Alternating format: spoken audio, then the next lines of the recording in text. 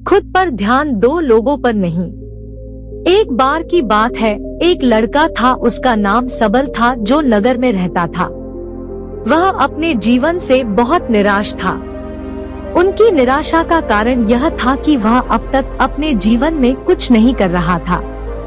उसके माता पिता उसे ताने मारते थे कि आपके सभी मित्र कुछ न कुछ कर रहे हैं, लेकिन आप अभी भी घर बैठे हैं।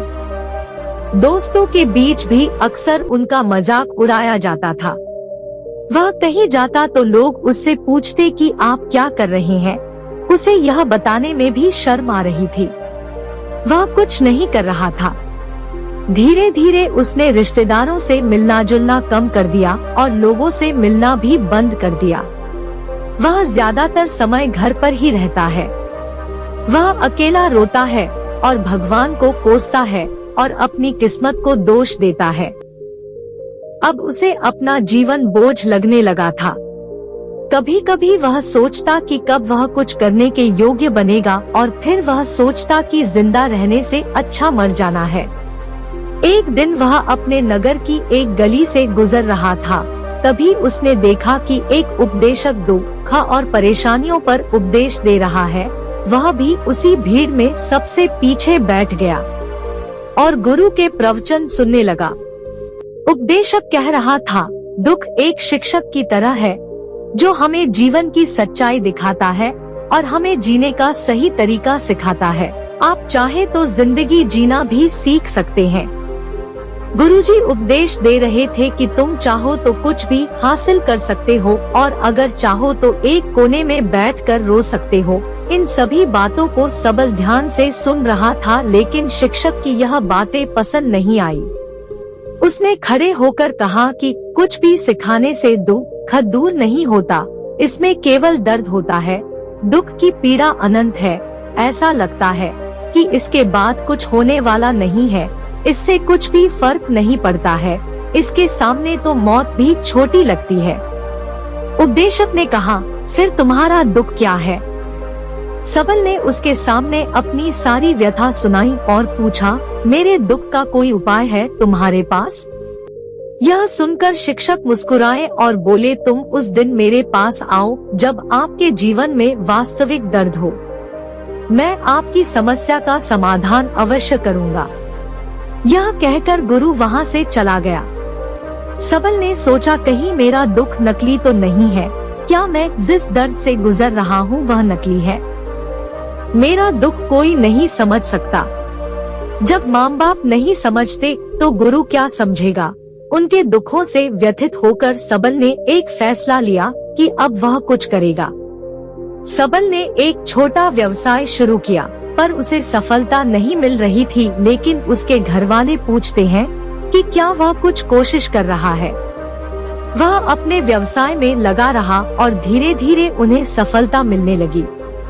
फिर उसने गति पकड़ी और केवल 3 साल के अंदर ही वह एक बड़ा बिजनेसमैन बन गया। अब सबल के आसपास ऐसे कई लोग थे जो उसकी परवाह करता था, जो उससे प्यार करता था।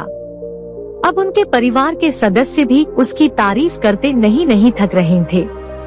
दिन ब दिन उसके मित्रों की संख्या बढ़ती जा रही थी। अब वह अपनी जिंदगी से बहुत खुश था। उनके कुछ दोस्तों ने उन्हें सलाह दी कि जब आप एक बड़ा बिजनेसमैन बनकर बहुत खुश हैं, तो सोचिए आपको कितनी खुशी होगी अगर आप इस शहर और इस राज्य के सबसे बड़े बिजनेसमैन बन जाते हैं।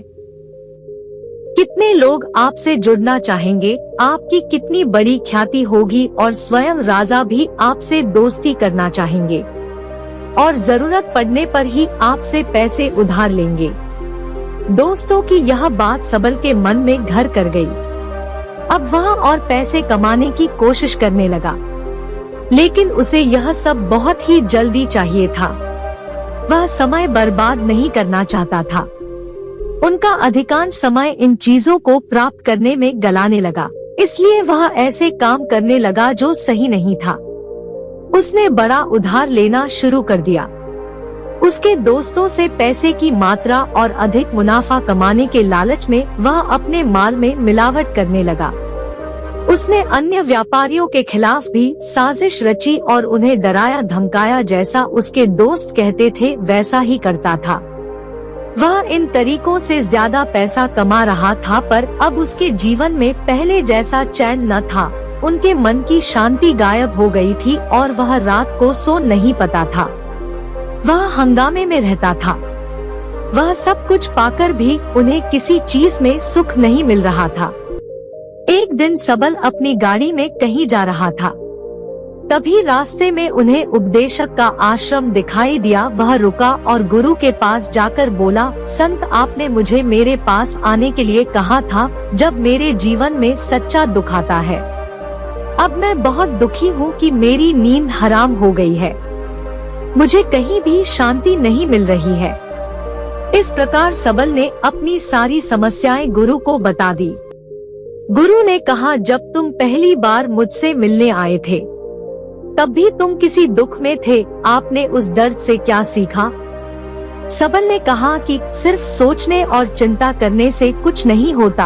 आपकी दृष्टि को सच करने के लिए यह कार्रवाई करता है, और सिर्फ काम करने से कुछ नहीं होता, परिणाम भी मिलना चाहिए। जब आपको लगता है कि आपका लक्ष्य हासिल नहीं होने वाला, तब राह में चाहे कितनी भी मुश्किलें आ जाए, मन कितना भी निराश क्यों न हो, कितना भी लगता हो कि अब कुछ नहीं होने वाला है, तभी विश्वास करे, मैं जो भी कर रहा हूँ उसमें अवश्य सफल होऊंगा।